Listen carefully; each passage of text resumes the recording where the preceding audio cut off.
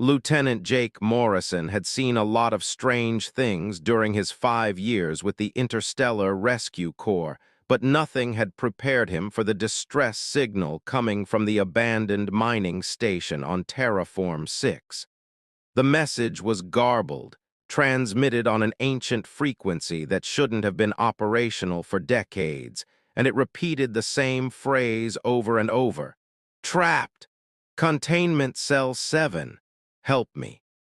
His partner, Chen, frowned at the readout.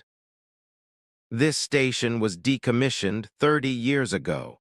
Environmental controls are offline, life support is minimal at best. Whatever's down there shouldn't have survived this long. Then we'd better move fast, Jake said, already running through the docking procedures. The station loomed before them, a massive structure that had once processed rare minerals from the planet's core.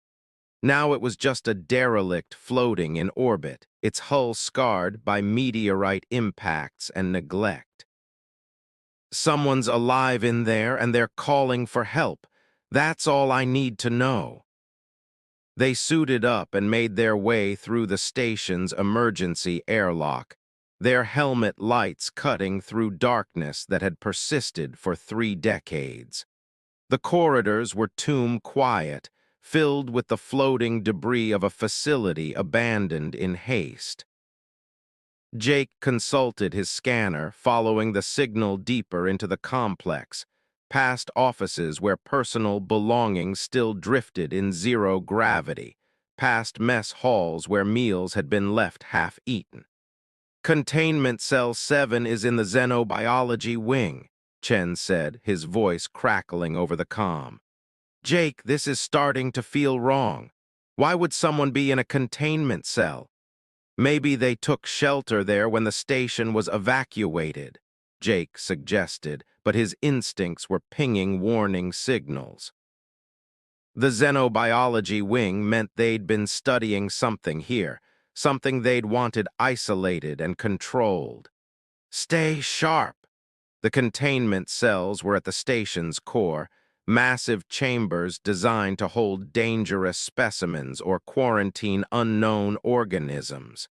Cell 7's door was still sealed, its ancient locking mechanism glowing with a faint red light that indicated active containment. Through the reinforced window, Jake could see movement in the darkness beyond. Hello. He called out, activating the external speaker. This is Lieutenant Morrison with Interstellar Rescue. We received your distress call. Can you hear me? For a moment, nothing. Then a figure moved into the light and Jake's breath caught in his throat. She was enormous, easily 20 feet tall even in the cell's high-ceilinged chamber.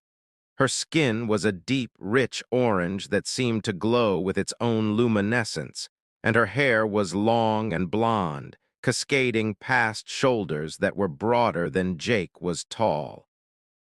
But it was her eyes that captivated him, brilliant purple eyes that held intelligence, desperation, and something that looked like hope. You came, she said, her voice resonating through the speaker system, rich and melodious despite the distortion. I've been calling for 30 years and finally someone came. 30 years, Chen breathed. That's impossible. Nothing could survive that long without. My people are resilient, the woman interrupted, pressing one massive hand against the window. Jake could see the delicate webbing between her fingers, the way her skin caught the light. I am Lyra of the Titan worlds. I was brought here as a specimen, studied like an animal. When the station was evacuated, they left me here to die. But I survived on minimal life support and sheer determination, waiting for someone to hear my call. Jake felt anger surge through him. The xenobiology wing had been a scientific research facility, but leaving a sentient being to die in containment was beyond criminal. It was monstrous. We're getting you out, he said firmly. Stand back from the door. Wait, Lyra said, and there was something in her voice that made Jake pause. You should know what you're releasing. My people are called Titans for a reason. We're strong, incredibly strong. When I get out of here, when I'm finally free. She met his eyes through the window, and Jake saw vulnerability beneath the warning. I could hurt you without meaning to. I could damage your ship. I've been locked in this cell for 3 decades, and I don't know if I can control myself. You've controlled yourself for 30 years, Jake pointed out. That takes more strength than any physical power. I trust you, Lyra of the Titan worlds. Let me prove that not all humans are monsters. Something shifted in her expression, surprise, gratitude, and an emotion that made Jake's heart skip despite the absurdity of the situation. Get me out, she said softly, and I'll show you what I can do. I'll show you that your trust isn't misplaced. The lock override took 15 minutes to hack, and with each passing moment, Jake found himself studying Lyra through the window. Despite her size, there was a grace to her movements, a careful precision that spoke of someone hyper-aware of her own strength. She'd braided her blonde hair to keep it manageable in the zero gravity, and he noticed how she'd organized the cell's limited supplies. Evidence of a mind that had stayed sharp and active despite isolation that would have driven most beings insane. When the lock finally disengaged, the door slid open with a hiss of equalizing pressure. Lyra emerged slowly, carefully, ducking through the doorway that had been designed to accommodate her size. In the wider corridor, she straightened to her full height, and Jake had to tilt his head back to meet her eyes. Thank you, she said, and her voice without the speaker distortion was even more beautiful, deep and warm, with harmonic undertones that resonated in Jake's chest. I had almost given up hope. What happened here? Chen asked, keeping his distance. Jake didn't blame him. Lyra was intimidating simply by virtue of her size. Why were you being held? Lyra's expression darkened. A science vessel encountered my ship near the Titan worlds 5 years before this station closed. I was exploring, studying other cultures. They seemed friendly at first, interested in cultural exchange. But then they drugged me, brought me here, studied my physiology like I was some kind of animal. They wanted to understand how my people could grow so large, how we could be so strong. They talked about military applications, about creating super soldiers. She looked down at her hands, and Jake saw them trembling not from fear but from suppressed rage. When funding for the station was cut, they simply left. No trial, no release, no acknowledgement that I was a person deserving of basic rights. That's going to change, Jake said firmly. You're coming with us, and when we get back to civilization, we're filing charges against everyone involved in this. Research protocols exist for a reason, and leaving you here violated about 50 interstellar laws. Lyra smiled, and it transformed her face from intimidating to breathtaking. You're very confident for someone I could pick up with one hand, Lieutenant Morrison. Jake, he corrected automatically. And I've learned that confidence isn't about physical strength. It's about knowing what's right and standing by it. The journey back to their ship was complicated by Lyra's size. The corridors that had seemed spacious suddenly felt cramped with a 20-foot Titan navigating them. But she moved with surprising agility, her movements precise and controlled despite 30 years of confinement.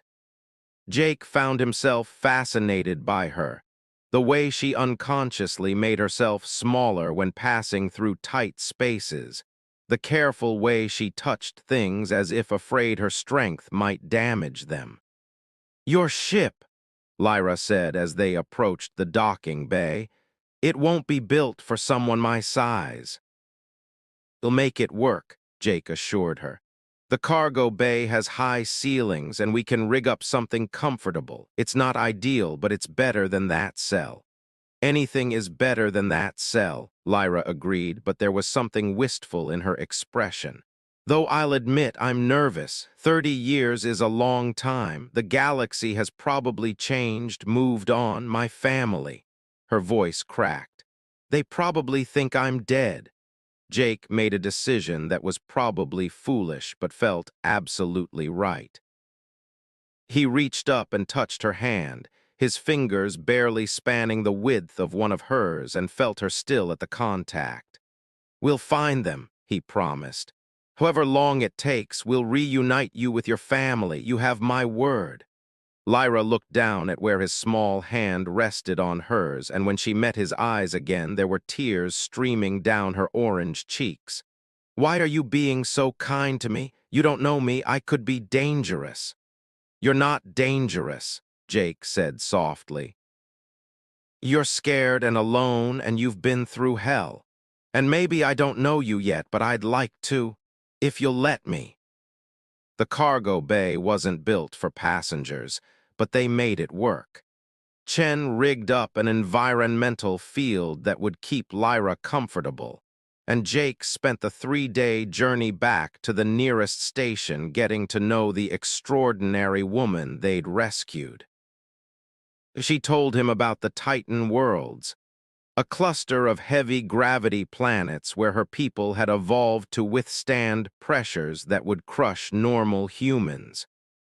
She described cities built on a scale that accommodated their size, art and music that utilized their enhanced physical capabilities, a culture that valued both strength and gentleness in equal measure. We're taught from childhood to be careful, Lyra explained, sitting cross-legged in the cargo bay while Jake perched on a supply crate at a height that let them almost see eye to eye. A Titan child could accidentally hurt a playmate if they're not mindful. So we learn control, precision, awareness of our own strength.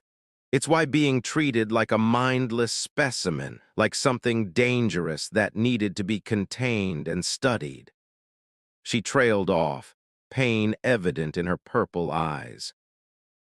You're not mindless and you're not dangerous, Jake said firmly. You're brilliant and kind and stronger than anyone I've ever met, not just physically, but in every way that matters. 30 years alone would have broken most people. But you survived, stayed sane, kept hoping. That's extraordinary. Lyra reached out with one massive finger and gently touched his cheek, the gesture so tender that Jake felt his heart ache. You're extraordinary too, Jake Morrison.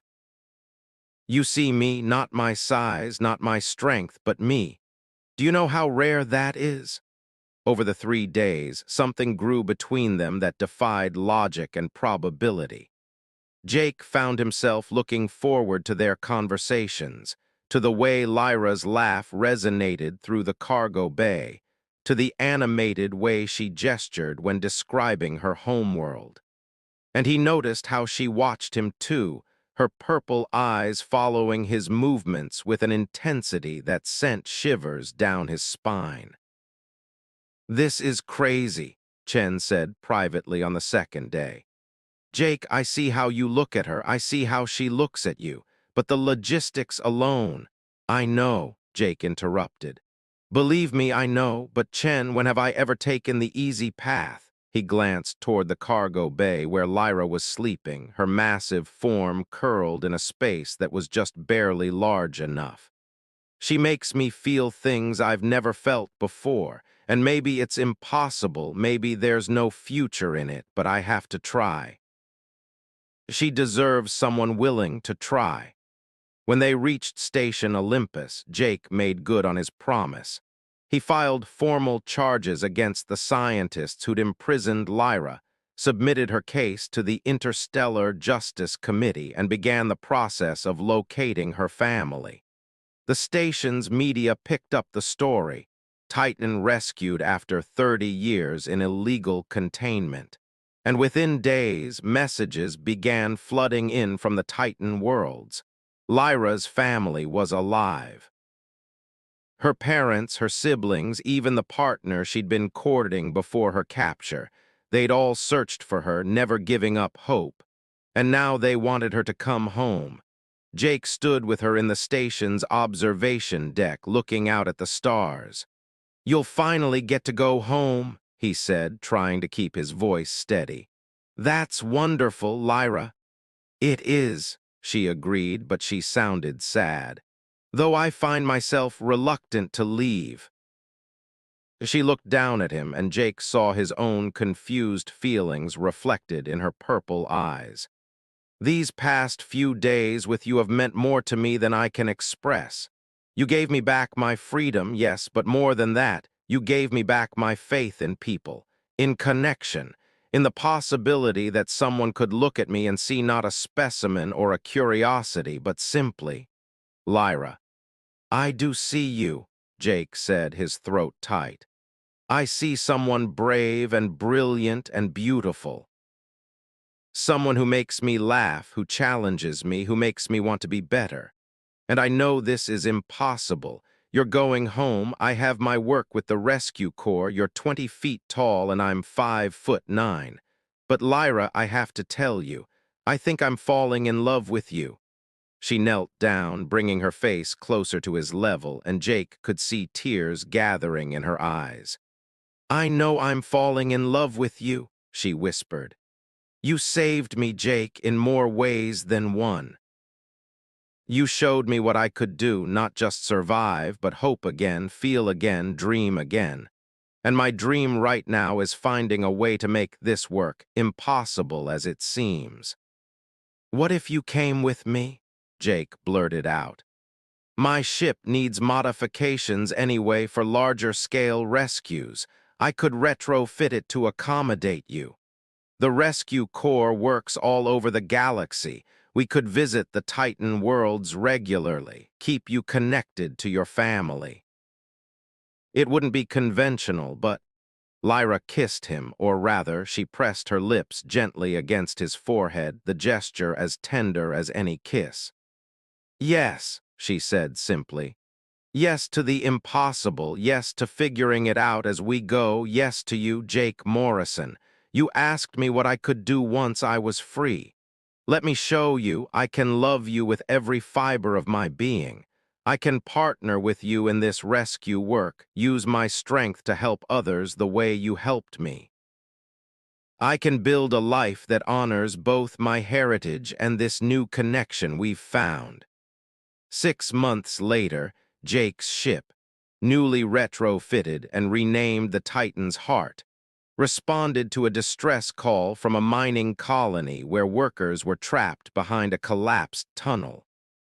Lyra tore through the rubble with her bare hands, her enormous strength making quick work of obstacles that would have taken rescue crews days to clear. And when the workers emerged, saved by the unlikely team of a human lieutenant and a Titan who'd found each other against all odds, Jake watched Lyra gently check each person for injuries with those same powerful hands. "Get me out, and I'll show you what I can do," she'd said that first day. And she'd shown him everything, strength and gentleness, power and precision, and a love that proved the impossible was just another challenge to overcome together. As they flew toward their next rescue, Lyra's hand resting carefully beside Jake's chair, he reflected that sometimes the greatest rescues weren't about pulling people from wreckage. Sometimes they were about pulling each other out of loneliness, out of despair, out of the belief that connection required everything to be conventional or easy. Sometimes love just required courage, trust, and two people willing to show each other what they could do.